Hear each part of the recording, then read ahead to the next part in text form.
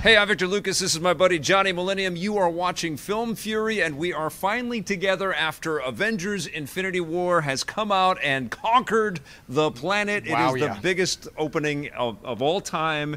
Incredible success. It's already made more money than the entire run of Justice League, which is incredible. But Johnny and I did not see this movie together. I am very curious to hear what he thought of the movie, and we're going to talk about this flick and spoil it a little bit. But first, what did you think about Avengers Infinity War? It's funny, you were in Montreal and you saw it, and I was like, I can't watch a review. I don't want to know what's going on. And then I saw it in Vancouver. I went by myself. It was sold out. It's still sold out until Tuesday here. Yeah. And I sat there, and let me say something. Like, I'm the kind of guy, like, I liked comic book movies in the 80s, and then, like comic books in general, the entire genre of it. And then all of a sudden these Marvel movies happen, and it's like oversaturation. Some movies are very good, some movies are okay. Yeah. Some are hit or miss. Yeah. But oh my God, it's all led to this goddamn moment. I had tears in my eyes at times. I was completely moved. I was blown away. I thought this movie was freaking incredible. What moved you? What got you close to tears? I like that Thanos was a villain with a heart. Yeah. Instead of just like, I want to destroy everything and kill everybody. There was a lot more going on there with his character. Yeah. And just the sacrifice. And so we got to say this. This is a spoiler review. We're going into it. Right now. Yes. This is what this is all about. Yes. The non-spoiler stuff has happened. We want to talk about all the details of this movie. Yeah, and I don't think we necessarily have to jump into this from a chronological kind of standpoint, but let's talk about Thanos here for a second. Absolutely. Josh Brolin is so good as this character. He humanizes him. It's definitely his face, even though he's got the ball sack chin that Chris Pratt called. Absolutely, yeah. But it's him. It's his face. It's his performance. But he's so good as Thanos. I'm thinking like it might undercut his performance as Cable in the Deadpool movie. How did this guy all of a sudden come back from the Goonies and he's in everything now? I think it was the Goonies. I think that's the secret. Yeah, absolutely. And there was some references to that, obviously in Deadpool coming up and all that. Yeah. But there's so many emotional moments, and I just got to say, as soon as the movie started, I was so in. Yeah. I didn't like the Doctor Strange movie too much. It's like a 7 out of 10 for me. Right. But my God, when Benedict Cumberbatch just came into this, I was just like, I love freaking Doctor Strange He's now. so great. I know. You know what? I guess what it is all the individual movies are okay at times. There's some ups and downs, as I said to begin with. But seeing everybody have their little cameos and pieces and working together and brand new people meeting each other for the very first time, I was in absolute superhero heaven, and I cannot believe I'm saying that. It's so entertaining.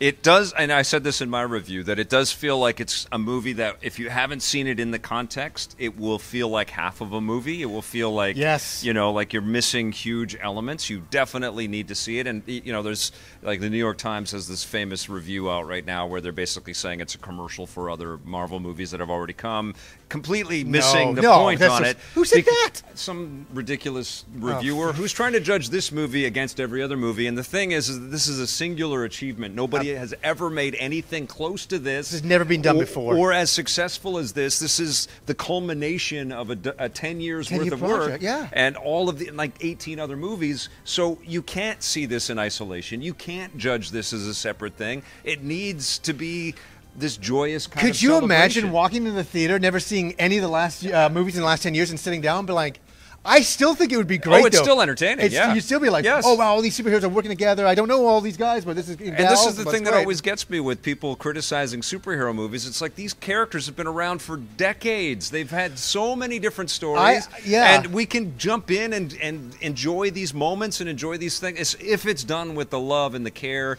and the craftsmanship that it's done. Like in this film, and every performance is great. And I said this in my review.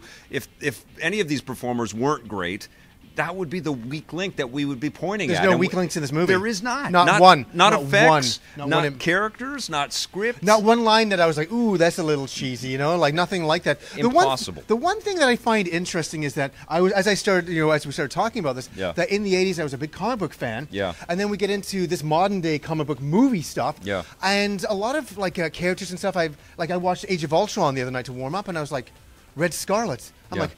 Or Scarlet Witch. Scarlet Witch. Yeah. And I was like, oh my God, I remember reading her and the Vision in the 80s, but they looked like nothing like they look now. And I think that's what screwed me up because she's like a like a goth character now. Yeah. And I didn't realize that. I was like, I know all of these characters even a lot more than I think I do. Yes. And all of a sudden when I start cluing into that, a lot has been changed and shaped, and a lot is changed, right? A lot has changed from the original storylines, you know, especially with the Vision, how he was created and all that. But I enjoyed this a lot. I've really come to the point where I really like superhero movies now. I'm going to admit it. I went back and watched Age of Ultron. I made Kim watch Thor Ragnarok, and just to get warmed up because I'm going to take her to see Infinity after this. I know one of the reasons why is that this movie, and Marissa and I kind of hit upon it on our EP review, is that it feels like a fantasy movie. It feels a little bit like a Lord of the Rings kind of experience, but it's also a space opera because there's so much interstellar stuff. So it could like easily fit alongside, you know, a Battlestar movies, or Star Wars or something like that, because there's so much spaceship travel and you know just awesome sequences out there. You know, the whole Peter Dinklage kind of scene where he's the giant dwarf. Yeah, it was incredible. It was incredible. And he's building the most powerful weapons in the world, and he builds Thor, the Stormbringer. Dude, and did you tear up? I did. When Groot takes off his arm. Amazing too. Amazing. That was just fucking and that's them cool. adding to the story and kind of doing their own thing, but now working with these characters and having a bit of fun, and in a way that we can emotionally enjoy. Yeah. And there's a payoff there. Now we know Groot quite a lot, Yeah. and we know Thor and his new weapon. It's like, wow, they combined these. Look how excited I am. I really enjoyed this a lot. Yeah, and it's amazing. And the respect shown from character to character, even though there was some animosity or some head-to-head kind of conflict that was happening between Thor and Star-Lord. That was amazing. It was hilarious, and Star-Lord puts on his big voice, and he's trying to mimic him. So it was so funny, and there were so many great laughs in this movie. But it starts off really heavy. I mean, Thor gets his ass beat down by Loki Thanos. gets killed. Loki just gets killed in a horrific way, like a real. And Heimdall gets killed in a horrific way. Yeah. And we see all of these Asgardians who had just escaped in that ship from Thor Ragnarok. And they're dead too. And it's like that's what I want in a movie. But who is alive? And Thor is barely alive at the beginning of this thing. And he is also like Chris Hemsworth in this movie again. He is such an incredible element in this universe, right? Yeah. Like he's got so much context and so many layers, and he's so talented as an actor. But with all that said, the thing that kind of gets me the most is that in the end of the movie, everybody's fading away and dying, and that's shocking and all that. But for me, and I'm just being honest here, I was like, well, they're just going to bring them back in the next movie. So I'm nobody's dead for real here. No, and they'll bring everybody back. And honestly, the whole time travel stuff. I mean, Thanos shows it. You know, Thanos reverses time after Scarlet Witch kills the Vision and destroys the Infinity Stone in an effort to try to stop everything. But Thanos says, "Nope, man," and he rewinds everything. That mechanic in this movie means that nothing is. There's no consequence. Nothing is forever. And every one of these characters, even when we see Loki die and it feels very authentic, and even when we see Gamora die and it feels like, okay, she's really gone. They even, you know, the characters that and Vision too. It feels like they could come back as well, not to mention all the people that just vaporized and disappeared. Right. So the other half of the superheroes that are left are going to, work with Captain Marvel to go after Thanos and to get the Infinity Stones and reverse everything. And at the end, everybody will come back, and we'll all be like, "Yeah, okay, that's cool." But that's comic book storytelling, and that is comic book storytelling. That is. But I would love a little bit of finality with this, with some people really being dead. Like Black Panther's not going to be dead forever. That's not going to happen. They've announced they were just at the CinemaCon in Las Vegas talking about all the slate of like Black Panther is coming and Spider-Man 2 is coming. Guardians of the Galaxy 3, obviously. And all the Guardians left. Somebody has mentioned that all the people that were left that didn't die are people that are sort of at the end of their contracts. The Thor and Captain America they and Iron sacrifice Man, themselves to bring everybody else back. And War Machine, like some of these characters are sort of at the end of their contracts, so maybe it's an inverse thing. The people that we think are fine and alive in the next movie are all going to go. That would be amazing. I hope for that. Well, but they're comic books, right? And you always leave a door open, right? Well, I know that. I know. But I just like, I enjoyed Infinity War, the end, when everything is fucking the worst of the worst. I'm like, this is what I want. I was like, yes! Death to all superheroes. Yes. I wanted that. I was enjoying that quite a lot. Well, it was, I mean, you kind of have empathy for Thanos and his crazy plan. Like, all he wants is balance, and he wants it in the most horrible way, the most finite way. The snap of his fingers and half of the universe dies. Yeah.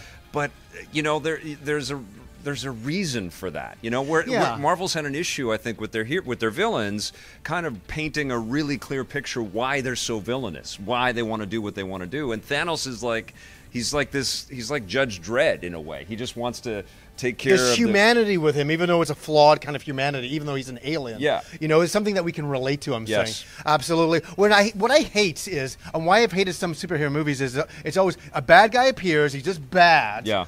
And all the superheroes, oh, we got to beat him, and they beat him after fighting hordes of minions at the end, which it was hordes of minions at the end, but it was still fun. Yeah. And then all of a sudden the good guys win. Yeah. So that's why this one I was like, Thanos is sitting on a, you know, like in a barn somewhere, or where was he sitting?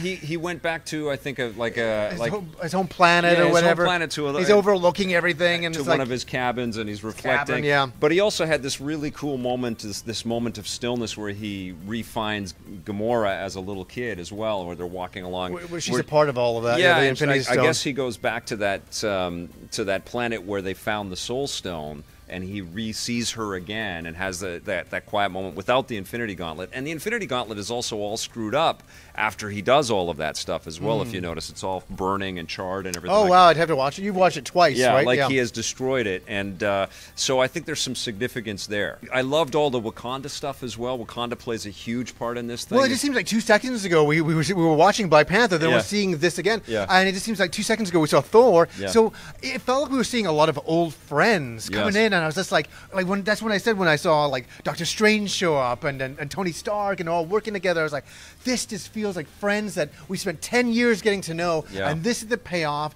and it just felt so satisfying and so brutal and so human and so real, and everybody got great lines, and everybody, you know, had their moments, and it was wonderful. And Tom Holland was really great, absolutely. What was your favorite line? Do you remember a favorite line? Yeah, you know, actually I can't, you know, that's a good idea, Rabbit. Oh yeah, I love that. So you just kept calling Rocket Raccoon Rabbit. That was Thor.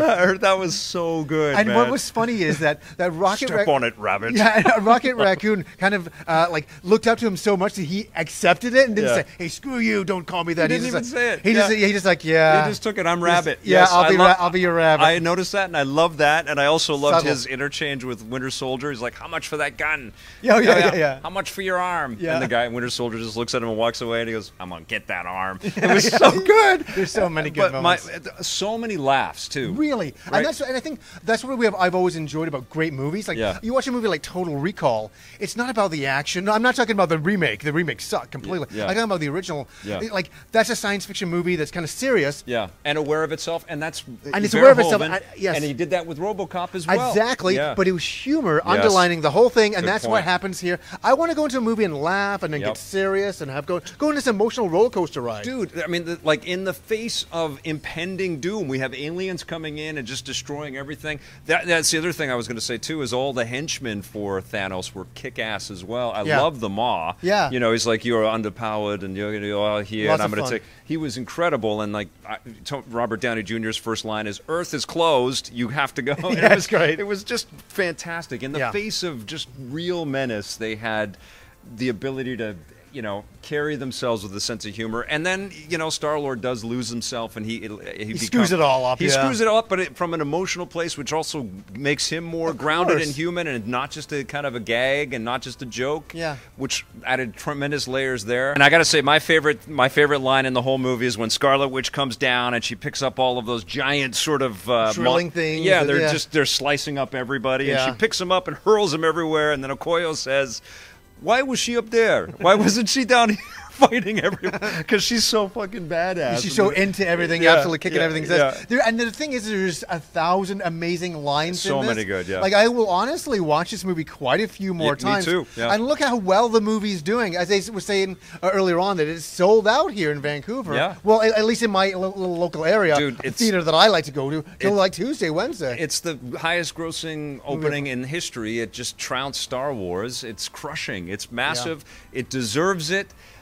You can pick and quibble, and you can call it half a movie because it leaves a huge cliffhanger. I'm not bothered about that. But there's so much in this movie. It's 2.5 hours that goes by like Thanos' snap, and it's so fun, and you are just, of course you want more. Of course at the end of it, it's like, you know, that's what's working with these Marvel things. And if you have an issue with that, it's like, what did you think when the comics were coming out every month? Because that's exactly what the comic books did. Cliffhanger every over month and over, they were doing that. You know, you got some of the battle and some of the consequence and some of the stuff, and then it was like a tease for come back. I got a question for you though. Maybe you know the answer to this because I don't know all the answers to comic book stuff by any means. Yeah.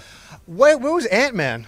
AntMan and Hawkeye were both under house arrest as part of their deal with the government because remember that this is all the repercussions of the Civil War stuff, and that's why Captain America, he's actually not playing Captain America, he's Nomad. He colored in his star and he's got the beard. He's trying to lay low because he's still disappearing from the whole the Registration Act from the the government registering all the superheroes. So there's still that sort of conflict is sort of touched upon as well. Which was amazing, and the fact that Hulk comes back after he had been away for so long. But he's not all about the Hulk. That's what I liked about it. And did you notice how they totally did a 1-2 with the marketing? Because they have the Hulk running on Wakanda behind everybody. He never appears in Wakanda.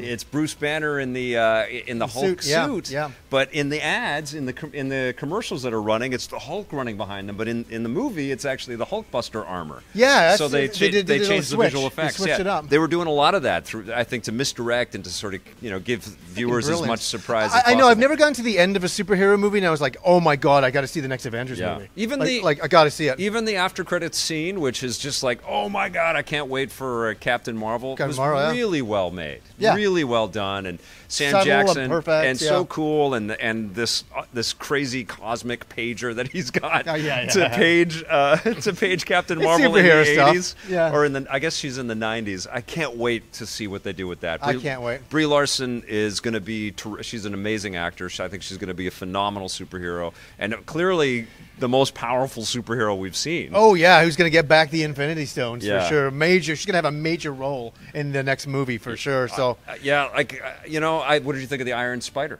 The Spider-Man suit. Oh, it's amazing! Yeah. Absolutely, anything with him. I was so happy that Tony Stark's like, here's your new suit, and he's like, wow, and it's all about him getting to know his new suit, and all of a sudden he becomes an Avenger, and you're just like, yes. And he unites someone. Okay, you're an Avenger. Such a great moment there. It honestly, this movie, I can't believe I'm saying this, made me appreciate the last 10 years. Even the movies I didn't like, I'm looking at in a different light now. That's amazing. It is. Through a different lens now. Yes, absolutely. Because of the stylishness and the adherence to all of this different... just the amount of amazing painting that they've done with the Infinity Stones through all of the stories, nearly all of the stories. Yeah. I'm going, wow, and seeing how they've done such an amazing writing job, not only with this movie, but bringing all of the characters to this moment. It's like... Wow, I'm absolutely blown away. Like, they really know what they're doing. So they know what they're doing more than they know what they're doing with Star Wars right now. Oh, 100%. 100%. Yeah, they're guiding this in an incredible way. They actually have a vision from beginning to end, where Star Wars is like, we'll make it up as we go along. I just read that Kevin Feige's now meeting about movies in 2025. Jesus Christ. They're putting the stuff together for where they're going from here. Yeah. And so I have a couple questions. Like, what would you give this movie? Out of 10? Yeah.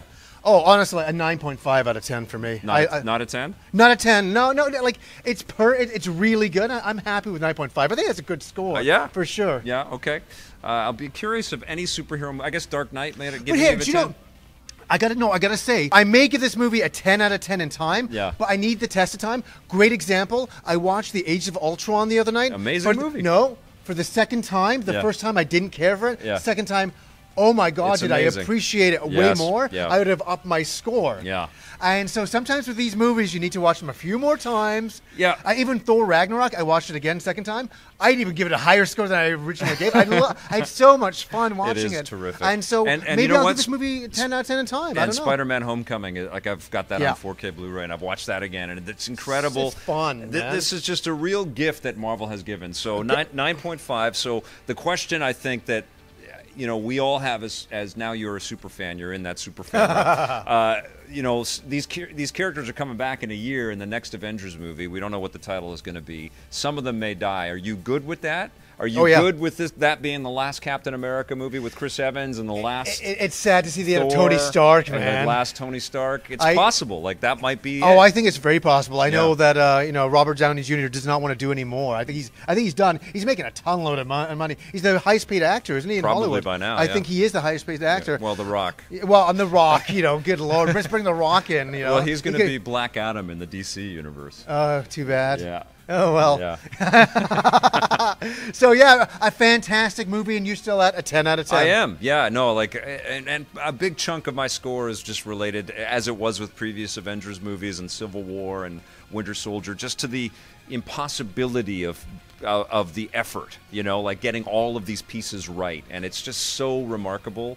And it's still not as, you know, groundbreaking and shocking to me as the initial Avengers movie was that Joss Whedon made. Well, that one didn't do that for me at all. I was not shocked or blown away by that one. I mean, that was the first time we'd ever seen them all together. Yeah, that successfully, and everybody got screen time. And so, you know, Joss may get a lot of, like, he might be a whipping boy out there in pop culture, you know, and sort of geek culture right now, but he laid the groundwork for how to do this, and the Russo brothers took that baton. Oh, they went flying, man. I can't believe they wrote this movie. How do you sit down and start writing everybody's character? And how do you not fuck up the jokes and the script time and everybody? Like, Shuri is awesome in this. Every character is awesome and in this movie. If you can't tell, we really like this movie. Yeah. And tell us below, what did you think about this movie? Did you really enjoy it? What were your problems with the movie? Yeah. What did you absolutely love? So yeah. And we'll see you, I guess, next week at the next Marvel movie.